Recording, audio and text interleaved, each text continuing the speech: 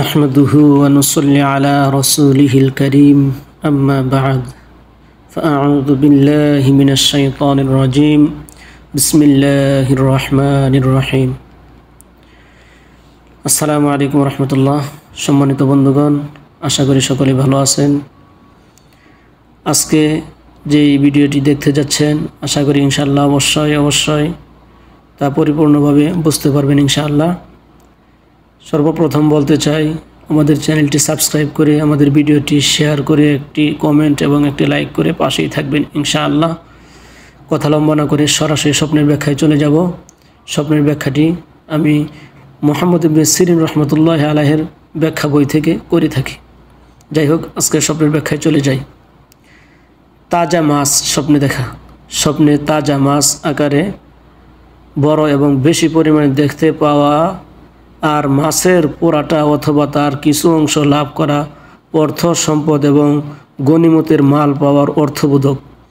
কিন্তু মাছগুলি আকারে ছোট হলে ব্যাখ্যা হবে দুঃখ কষ্টে পতিত হওয়া।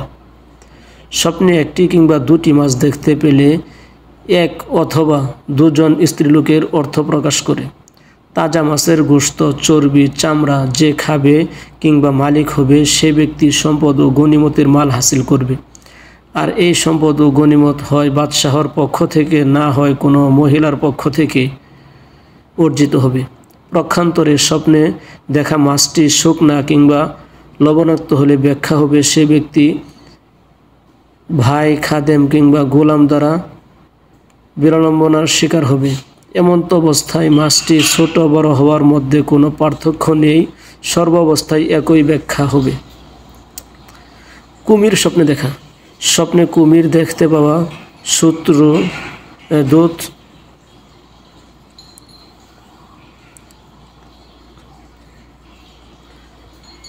স্বপ্নে কুমির দেখা।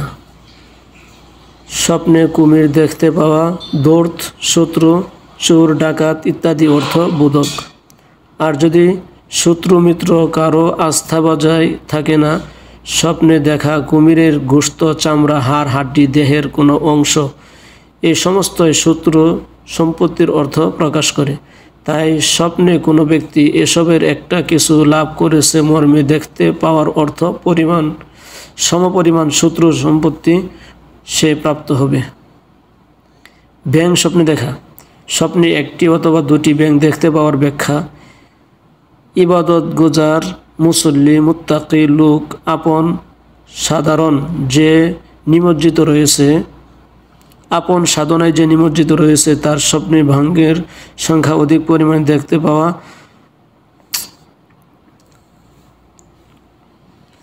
স্বপ্নে ব্যাঙ দেখা।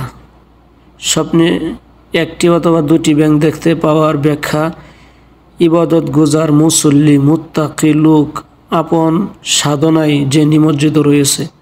আর স্বপ্নে ব্যাঙের সংখ্যা অধিক পরিমাণে দেখতে পাওয়া খোদাই, লস্কর এবং তার সৃষ্ট বান্দা অর্থবোধক।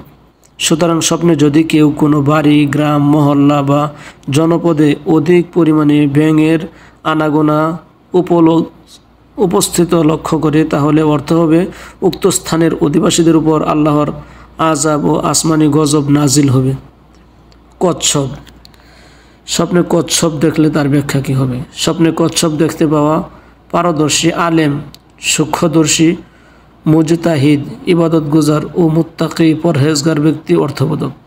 তাই স্বপ্নে যদি কেউ কেবল কচ্ছপ দেখতে পায়, তা দখল করে কবজায় নিয়ে আসে, হস্তগত করে অথবা ঘরে নিয়ে আসে, তাহলে ব্যাখ্যা হবে দর্শনকারী কোনো আলেমের সান্নিধ্য লাভ করবে এবং তাদের মধ্যে পারস্পরিক ঘনিষ্ঠতা বৃদ্ধি পেয়ে মধুর সম্পর্ক গড়ে উঠবে।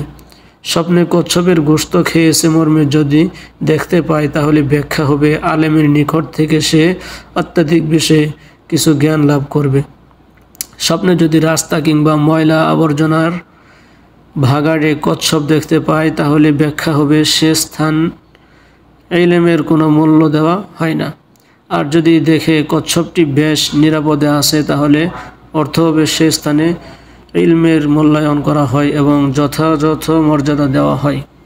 স্বপ্নে কাকড়া দেখার ব্যাখ্যা। স্বপ্নে কাকড়া দর্শন করার অর্থ বিরাট প্রভাব, প্রতিপত্তি ও মর্যাদাশালী ব্যক্তি। কোনো বিষয় সে পূর্ণ বিবেচনা করতে রাজি নয়, কিন্তু তার অস্তিত্ব আল্লাহর দেওয়া বরকত থেকে বঞ্চিত। অতএব স্বপ্নে কাকড়া দেখার ব্যাখ্যা মূলত অহংকারী, দাম্ভিক ও শান শৌকতের অধিকারী ব্যক্তি দ্বারা করা হয়।